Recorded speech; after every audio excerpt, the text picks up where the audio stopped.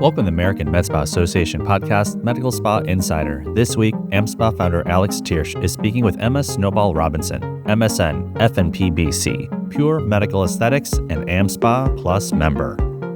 Okay, everybody, this is Alex Thiersch. Thank you for joining us. Welcome to Medical Spa Insider. We have on the AmSpa hotline, very, very excited and intrigued with so many questions for Emma Snowball-Robinson. That is her true name. We've actually had a conversation about this before we went on. She is a nurse practitioner, the CEO, I believe, of Pure Medical Aesthetics in Connecticut, and I believe there's also a training academy there that you run, Pure Evolution Academy, I think it's called. And one of the things that we'd like to highlight in this, and one of the things that I love about this industry, is that it's been developed and it's been grown by so many different types of people from different backgrounds, and there's never just one way to come at it, right? You can come at it from so many different ways. There's so many different paths. Everybody has a different journey. People come at it later in life, earlier in life, and so many different things can happen to you before you decide to get into it. And I think, Emma, you have one of the more interesting paths that I've seen, which we'll get into. I'm sure you probably asked about it all the time. Former model, former rock star wife, among other things. Now an ARNP, a nurse practitioner and a med spa owner and provider. You've been in the industry now for, I think, 10 plus years. Welcome to the program. Thank you so much for joining us. How are you doing? I'm good. Thank you for having me. Yeah, I'm really excited to be here. Yeah, no, of course, of course. So I was obviously looking a little bit into your background when we were getting ready, and you've, again, like I said, this industry has been built by so many different types of people, most of whom, in fact, I would say damn near all of them haven't come from medical aesthetics originally. They came from nursing backgrounds of other types. Um, Before we get into kind of your background, though, tell us a little bit about your med spa, what types of services you offer, what you like to specialize in, kind of what you're all about right now. What makes you different? We have an amazing team. We have a great group of women, and we have phenomenal providers. Overall, I mean, there's obviously so much competition, so it's like you're kind of like, in a very crowded space. The things that I think make us kind of unique is that first of all, we all work really well together. So I think we're able to complement one another and support each other. And some of us have strong areas in one area and some in another. So we'll kind of be able to pull and collaborate together. But it's really, I mean, like my passion in particular, and I think that trickles down to all the providers, is really all the regenerative medicine we have now and all these options. Not to say there isn't a place always for toxin fillers, but at the same time, it's nice to have these other sort of tools in our tool belt to address people and help people age well. And I think, the field in general, I love this whole, trend into the wellness side too, because I think, as providers, we're all used to sitting in a room with our clients, and we realize how much is going on internally that's going to affect how they are, aesthetically. So Sure. that's sort of been my passion and what I think we're known for. That's awesome. And how many locations do you have, and how many providers do you have working with you? Yeah, so I have about 8 providers with me right now. They're not all full-time, but I do have the 8, and I have 2 locations. We have one in Norwalk and one in Stamford. And then in addition to that, I actually go down to Boca Raton, Florida once a month, and I work out of a med spa down there too. So we have a little foothold in Florida as well when the weather That's gets bad. awesome. That's awesome. That's awesome. I mean, so looking back on your journey, most people kind of, when you get to be, let's say you get past, the age of 25 or 28 into your 30s, let's say, you kind of look back on your life, you're like, did I ever think I was going to be here from where I started? Looking back on where you were, did you ever think you were going to be a nurse practitioner in medical aesthetics, doing what you do, a business owner doing what you do now? I mean, isn't it kind of incredible where you've ended up? I mean, it's really wild. I mean, it's interesting too, because my mom is actually a physician. And so my childhood, I was actually raised primarily by my dad because my mom was always doing her residency and in medical school. And so I had sort of this aversion to medicine. I was like, oh, I'm not going to go that path. And, much to my mom's disappointment, when she would try and talk to me about my, career goals, I had two. I had one was that I either wanted to be a garbage man because you could hang off the back of the truck, or I Awesome. wanted to Love be, that. I know, that looked really fun. Or I would like to be the president's wife, not the president, but the Mm. president's wife. So Also awesome. yeah, not real, not what she was looking for, but yeah. So ending up here is odd. I wouldn't have imagined myself, but it's funny. I think in life, probably for all of us, it's like you go down one path and then different, you come to different forks in the road and you make choices and they lead you down another path that you may not have expected. That's right. Now, how did you get into aesthetics specifically? You got into medicine and nursing and becoming advanced nursing a little bit later in life.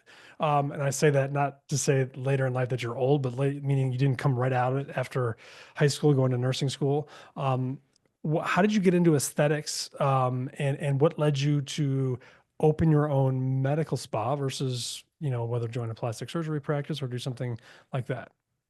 Yeah, I mean, I kind of dabbled a little bit in both sides of it. I worked in the OR and I worked actually with a plastic surgeon. So I had, a lot of opportunity to be in the OR and experience that side of the world. I think for me, it was, trying to learn as much as I could with whatever, opportunities I had. So if I had an opportunity to become a clinical coordinator and ASC, I would go work there. And over time, I would sort of just do my thing on the side. And it was more of just for fun. Oh, just inject Botox. I mean, that was sort of the limit of what I did. And because my mom was a physician and she had a practice, I was able to work out of her office and she could be my medical director. So it kind of, I just started little by little. And then as my own practice started to grow, I started thinking, well, hey, I don't know that I have to necessarily be working at the hospital as many hours, and sort of was able to cut back little by little, and then open up more and more time. And then as we grew, I mean, our most of our growth surprisingly happened, and I think a lot of people have said this, but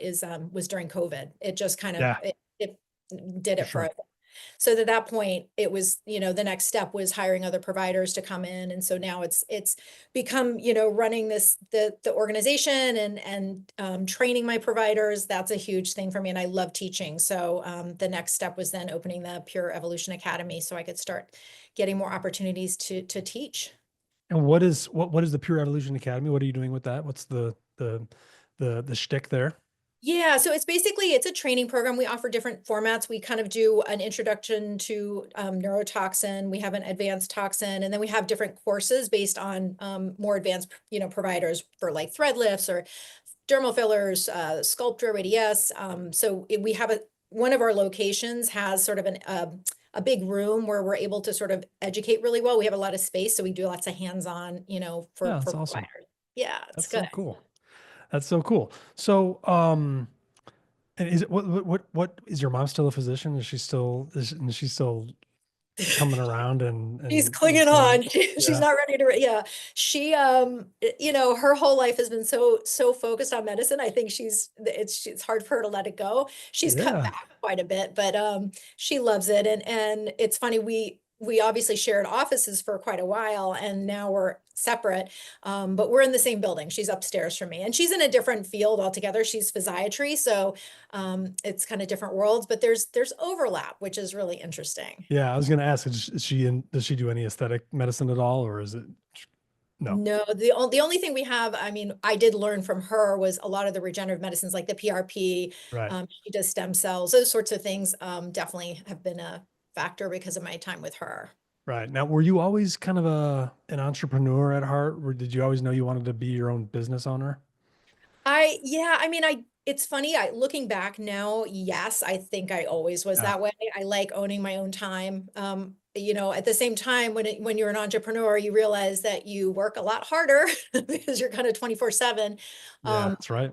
but I definitely I've always sort of done my own thing. And aside from the times that I worked in the hospital, I learned a lot being in the hospital environment, even just the administrative side of things and as well as clinical. So you bring those little pearls with you, and then at the end of the day, it's great to incorporate it all into now my own thing. Yeah, for sure. And you mentioned that you're passionate about and you like kind of the holistic side to medicine, which I think is really where we're seeing a lot of this going, and I think it makes so much sense. Um, when did you first go to nursing school and become a nurse? Because I think you said you went into modeling at first, right out of when you were very quite young, I think, from what I read. Um, Dabbled in some other things, and then by the time you went into nursing school and became a nurse practitioner, it wasn't like that was right out of school. So when did you get into the actual medical field? Yeah, so way back, if I kind of tell the story of how I led up to that, that's probably the Hmm. easiest way. I had, at the age of 14 was when I started modeling. I mean, you're different, that world is a different industry. And I did it for a Yeah, long time, for 10 years, and sort of retired at 24. So, um, the you know, ripe old age of 24. oh, I know. Yeah, I thought I was old. It's all perspective. That's Um, right. and then from there, what had happened during that time was it was sort of the typical model. I was modeling. I met someone who is a musician, and he's a very successful touring musician with his brother. And so we got married very young. I was 19. I legally couldn't even drink the champagne at my wedding. And he wasn't much older either. He was, I think, 23. So we got married young, and then we waited a few years and then started having kids, but I still had my first son when I was young. So once my kids started coming along, that's when I essentially retired from modeling and was a stay-at-home mom. So then got them kind of through their elementary years, and as time went on, they ended up becoming more and more independent, and it kind of freed me up to go back to school. I wouldn't say, I mean, I don't, the whole reason I went to school was a lot harder than that, because what had happened is my marriage sort of fell apart, and we were together 12 years, but at the same time, we were kids when we got married. So we became Right, right. people, split our, decided to go different ways. And unfortunately, I was left in a really terrible financial position, because there was a lot of, first of all, I hadn't been working. So, and I had a high school education. That was all I had back behind me, and I had been a model. And so that was sort of, those are my skill sets and what I had to offer the world. And I had two little boys that I was primarily the caregiver for, and had no credit cards, no money, trying to figure out how I was going to survive. And, And this is, I mean, you were like early 30s, I think it was what you said from your, so no advanced education, just a high school education. You were a model since retired. Yep. Okay. That's a tough place to be yeah, in. I was thinking Single I was mom. 32. Yeah, I was, and at that point it was ironic, because my dad was actually a university professor. So he had always been telling me my whole life, oh, you got to go to school, got to go to school. And then of course, you rebel against your parents. And so I Of never course. did. And then at that point it was so bleak. I mean, I had some really dark moments. There was times where I literally could not buy food for my kids. I was digging coins out of a sofa to try to get enough to buy us something to eat for dinner. And trying to still be there for my kids and be stable. And unfortunately, I lost my father during this time. So it was a really challenging time in my life. And I happen to have two of these most incredible women who were my closest friends, who literally were just get me out of bed, get me to keep going. And one of them was very sort of strategy oriented. And she's like, all right, we got to get you into something where you're going to start making money. So she's like, Yep. why don't you go to nursing school? It's only 2 years, you'll get your nursing degree. So that's what I did. And I did my prereqs, and because my high school diploma was so outdated, and the way that I was placed, I was actually placed in a lower math class than my son was at the time. So that was humbling. And I'll bet. oh, it was brutal for me, but it was, looking back, it was also great for my son to see this and see sort of the realities of life, and life's hard, and you gotta Yeah. work. And he was a I'll great bet. tutor, so so that was good. But Yeah. being tutored by your 12-year-old, it's definitely humbling. But So then, yeah, yeah, I mean, how do you get from that's fascinating because how do you to go from high school diploma to nursing degree? That's you have to take your prereqs to get able to get into nursing school and take nursing school. Nursing school, you said, is 2 years. Yeah. So then you got through. Ultimately, you were able to get through nursing school and become an RN. Did you always know you wanted to go further than that, though? I did because at that point I was, once I graduated, well, I would say after I graduated from nursing school, yes, that was the next step because the program I was in was associate's degree and I was, a lot of the hospitals really needed you to have the bachelor's. So I Yeah, was like, I've got to keep going. And yeah. at that point you're kind of on a roll. And so I just kept going and kept going. And then once I started doing sort of the Botox out of my mom's space, I knew I wanted to have sort of more independence. And right now in Connecticut, NPs have autonomy. So that was my goal, to become an NP so I could start, really owning it and running my own business. And that was what got me there. So when you graduated from nursing school, then did you actually get a job right out of nursing school, or did you go right in to try to get your bachelor's and then go into your NP's degree at that point? The whole time I was working. So like Okay. when I was in school to be an just my first nursing school batch, at that point I was like, a, a personal assistant. I Yeah. was like, I worked Yeah. got people coffee in a marketing agency. I mean, I was doing any job I could get. Then when I had the first RN is when I finally was able to get an actual job. And one of my friends, husbands, he's unfortunately since passed away, but he was a very, very close friend of ours.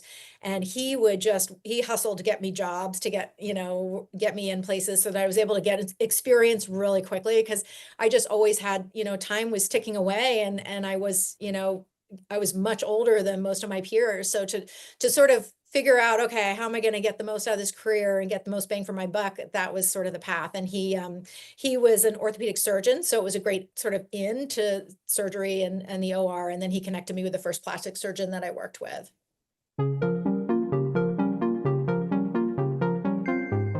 Hey folks, Alex Thiersch here, and I wanted to give a quick shout out to our friends at MedShift for sponsoring this podcast. Are you tired of juggling multiple vendors for your aesthetic practice? Say hello to MedShift. It's your convenient one-stop shop for everything that your practice needs to thrive. From injectables, medical supplies, hands-on training, and cutting-edge devices, to weight loss and wellness solutions, medical-grade skincare, and even exosomes, it's all at your fingertips. MedShift is focused on empowering your growth. It streamlines purchasing and offers dedicated support to unlock new revenue streams that will make your practice more profitable. Visit store.medshift.com and make the shift today. That's store.medshift.com. Thanks so much.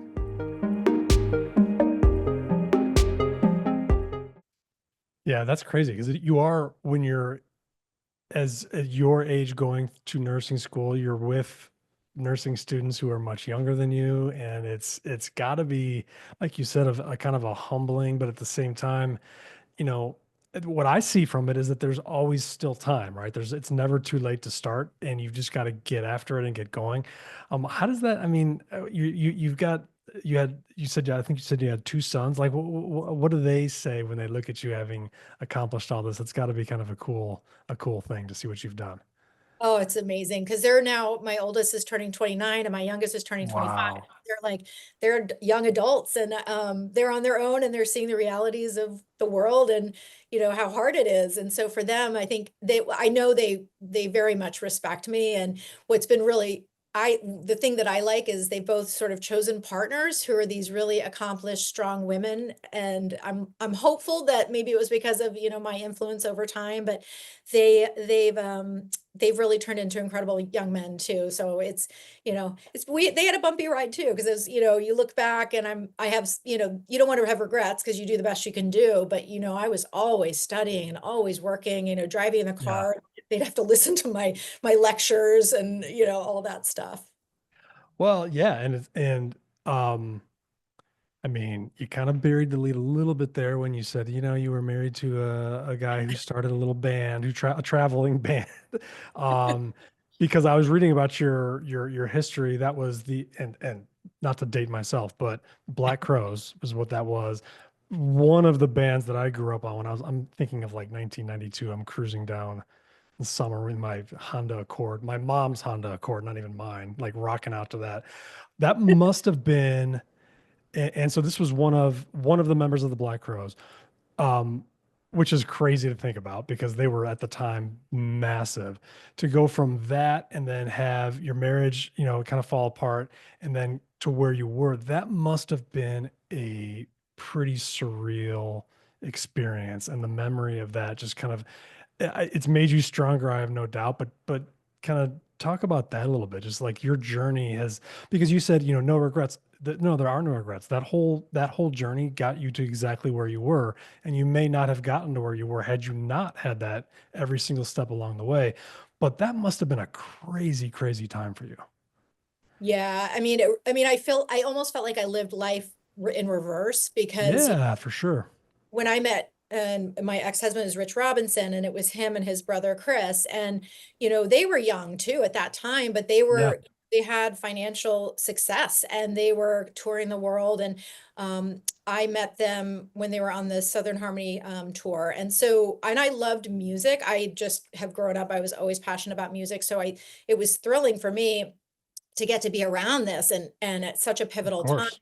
And the other musicians that I got to meet as a result of being around him, they're like iconic. The coolest, like Bob Dylan, Mick Jagger. Like, you can't, not many Yeah, people can say they got to meet them, even though it may have been fleeting and non-memorable for them, but for me it was very memorable. yeah, But it was going from that, and sort of, at that time Rich had a house in Atlanta, and so we moved into this big house. And then you start having kids, and you're living this very, like, we had a very luxurious life. It was, yeah. amazing. I mean, And so, you're married to a rock star at that point. oh yeah, and you're traveling the world and going all over, and so there was such, a thrill with that. And that was actually during the time too when Chris married Kate Hudson. So then we had Kate Hudson in there, and you're just sort of like in this, you know, bubble. It's so unique, and very few people get to experience it. So it was a really amazing, fun time. And I was in my 20s, so it's like you're getting everything out of it. And I got to travel the world and hear incredible music and learn a ton. To go from that to where I was incredibly hard, and very humbling. Because you kind of I felt like I was started life at the place where most people are ending when they're retiring and having wealth and having success. And to go from that to the opposite, where I was going, oh my gosh, I don't know where I'm going to live. My house foreclosed. My Oh worst, man. one of my darkest moments, this was awful, was because of the name they had in our local newspaper. Our house was foreclosing, and I didn't want to talk to my boys about it yet. Unfortunately, the local paper had put on the front cover, Black Crow's house forecloses. And so when I picked my kids up from school, their first thing is like, what does foreclosure mean? What's happening to our house? And so it made a lot of the things that are hard anyway even more complicated. And Mhm. I fortunately, my dad was he was very, very ill at the time, but he was great. He helped me get a little townhouse, and that's a townhouse I stayed in for many years and raised my boys there. And now I've kept it and I rent it out, and it's got a lot of history for me. But it was in rebuilding my credit. My credit had been sort of destroyed, and just starting at zero at such a later stage in life was really tough. Um, but at the same time, you have to own your decisions, and your decisions get you where you are. And so I'm like, what am I going to do? Yeah. I got And to how keep are going. you? And how Yeah. are you like when you're that age? How are you? Who in your situation at that age is gonna turn that down, right? Is gonna Oh say my. no to that ride. Yeah. No, it was like, it Nobody. was so easy. I remember too, when I was getting married, I remember the phone call to my parents, and I actually was so worried about telling them because I knew it was going to be, oh my gosh, don't do it. You're too young. But at that point I was financially independent. I was modeling. I wasn't living with them, so they didn't have any leverage. So it was, make your own decisions. And now, where does it take you? But I have no regret. It's very easy to say I have no regrets. Of course, there's things I wish I maybe had done Right. slightly different, but I Of don't have course. any regret over going through what I went through, because I don't think I would have ever made it here if I didn't go that route. It really, For because things sure. got so dark, it was maybe what I needed to be motivated to really sort of push through and go, okay, well, what do I want? And, how am I going to define my life? And what do I care about? And what am I passionate about? And so that's sort of how it all started to flow. And then just being open to like the things that I felt I was good at. And I was like, oh, okay, I'm pretty good at listening to people. Okay, I'm pretty good at like, educating people. I learned a lot with my mom being in the exam rooms with her because she's a big educator. And so all those little pieces you sort of pick up along the way and bring them to where you are today. Well, not only that, I mean, you obviously that I think is obvious, but you've what you've been able to overcome, right? There's the ups and downs, there's the kind of the graph of being an entrepreneur where it goes up and down, and some days you love it, some days you hate it, sometimes you love it, think you're going to do well, some days you think you're failing. I mean, your life trajectory from going from, being a model, which is exciting, and also I can imagine extremely humbling at times to where you were married to who you were married to, and then having that come crashing down to having to build back up later in your life. I mean, you've overcome that to where you are now. Being, it seems like you've got a successful brand. You've got multiple locations. You've got a lot to be proud of, and I think that's really cool. And it is inspiring. Anything looking back that like, this is something that I really learned. I mean, what's kind of your one takeaway from, and it doesn't have to be from your marriage or from your marriage to a rock star, but from anything. What's kind of the one lesson you like to teach people and say, this is one thing you should think about as you're going through your journey? I was thinking this the other day, actually. I believe in the always show up. There's so many times when things are hard and being an entrepreneur and owning your business is exhausting and it's 24/7 and sometimes it's Yeah. disheartening and you feel like you're like working hard. I feel like that's been the theme of my life is even though things have been bleak or maybe I didn't want to show up, is that I just kept showing up, kept putting one foot in front of the other.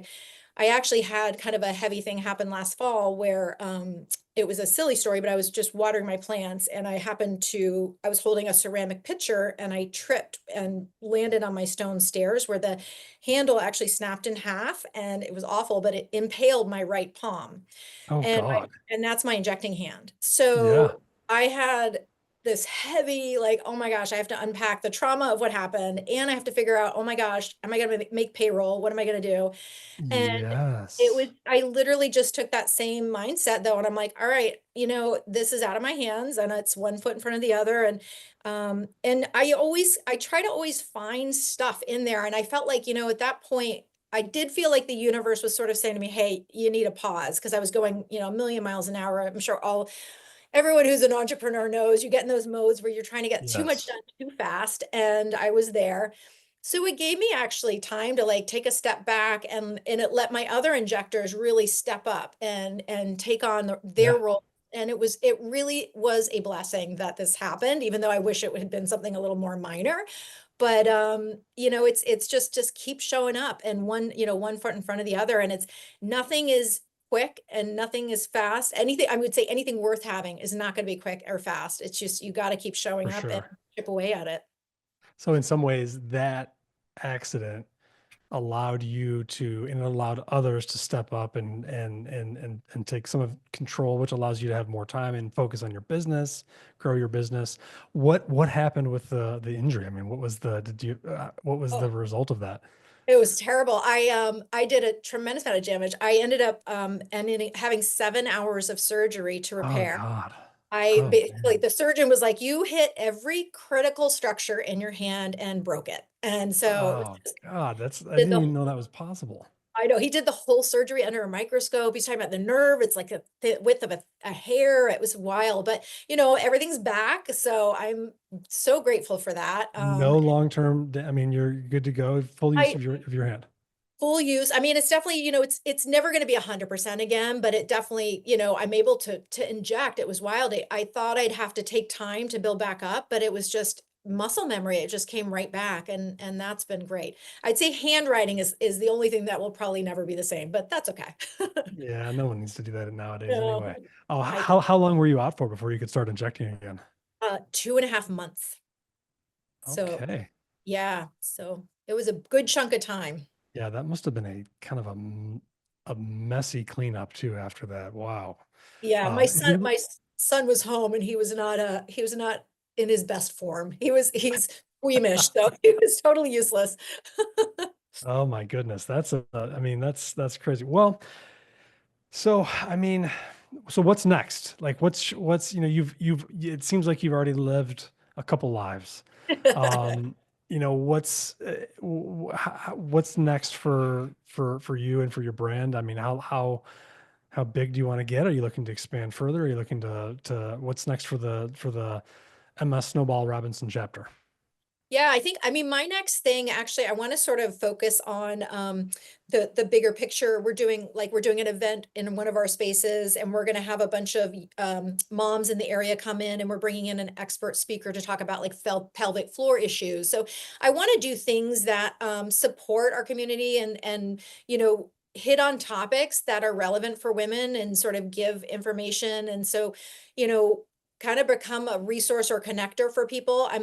The other thing I'm trying to work on is I'm putting together a scholarship I went to, and actually a community college is where I got my original nursing degree. And so I'm working on getting a scholarship put together so that I can put someone through school as well.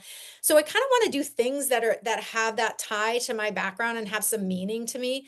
I love, even for my clinical practice, I'm really focused on getting, more data, more information about sort of the intrinsic factors of aging, whether it's, the hormones and the metabolic processes and, micronutrients. And I love that. So that's kind of where I want to put my focus and energy now. And then I have a great team around me who they all have their individual passions and things they like to, dig into. So I feel like as a whole, our practice is really nice because it's comprehensive. We have a lot there because we have great people.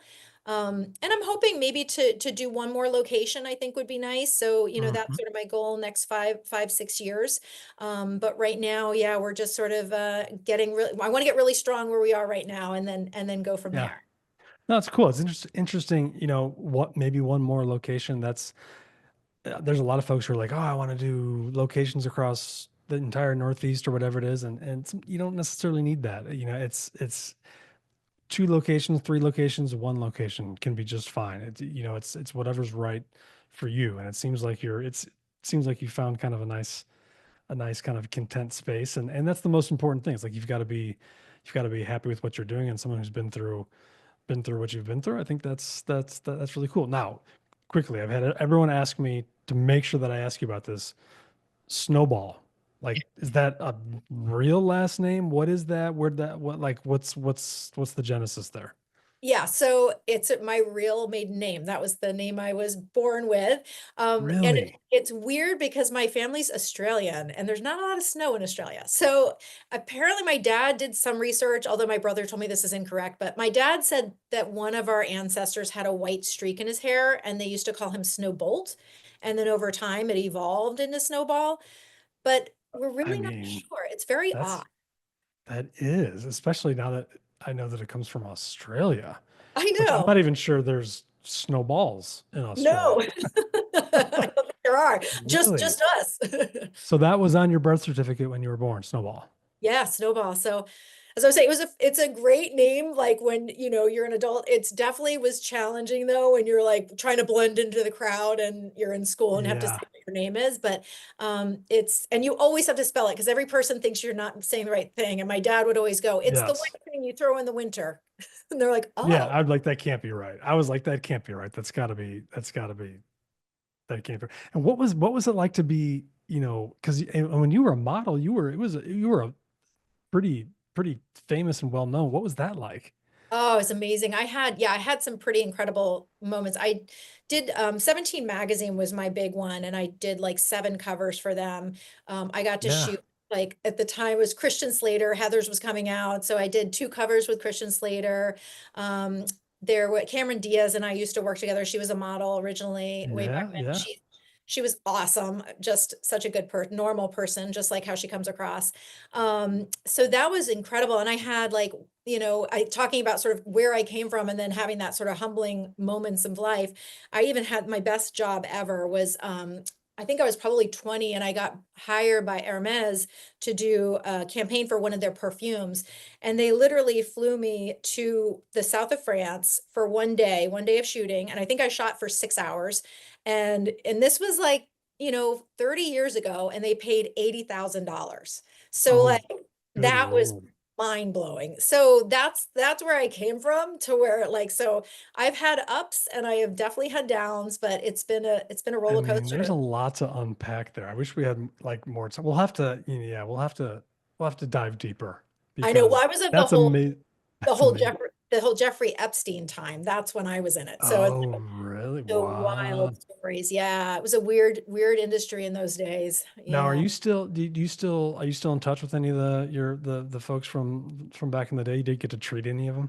I know a few. I actually do. It's funny that sometimes they'll reach out, and if they don't live in the area, they're like, "I'm coming through. Can I stop in?" So, it's Yeah. really fun. But I think it helped me because I worked with like Patrick Demarchier. I shot with Yeah. I mean, all these huge photographers, and you get to see like how they were using lighting and things for aesthetics. And so I think you absorb it. Being around that was really Yeah. neat.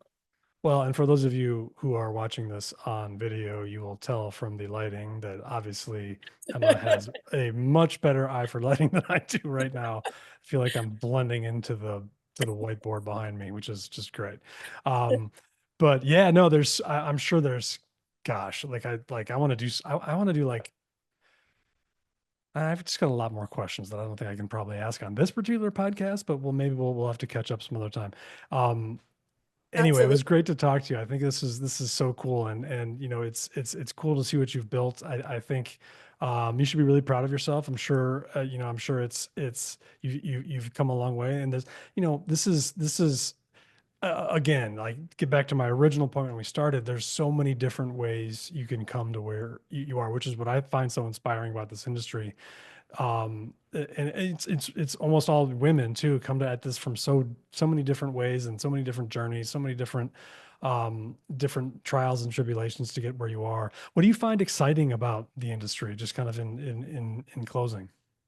I think that the growth is so exciting because it creates so many opportunities, whether you want to be an educator or whether you want to grow or start your own practice or work in a practice. You just have so many different paths, and there's so much change, and you are constantly learning. And I love that. Yeah, you have to do like a memoir at some point. I think that's what we got to do. Have you done that yet? Thought I about it? haven't. I've thought about that. Yeah. That's coming Then I could next. put all the stuff in it, all the details. All the dirty details. Yes. Exactly. All right. Well, thank you so much for taking the time to join us. I know you're busy, and yeah, we'll have to bring you back and dig in some more. I would love that. All right. Thank you so much. Thank you for having me. Thank you to producers Madeline Mahler, marketing content coordinator who organizes, schedules, and handles our guests, provides topics, talking points, and guest bios to our hosts. And myself, Jody Guzman, technology operations assistant manager. I handle the audio and video editing, voiceovers, and tech. Kate Harper, senior digital marketing coordinator who makes all of our graphics and manages the podcast platform. Esme Uriostegui, senior social media coordinator who makes and posts all the clips of the podcast to our social feeds. Our music is by Ghost Score. Thank you for listening to or watching the Medical Spa Insider podcast. Please follow or subscribe wherever you listen to your podcasts, and subscribe to our YouTube channel for future episodes. For more information about the American Med Spa Association, please check our show notes or in the description below.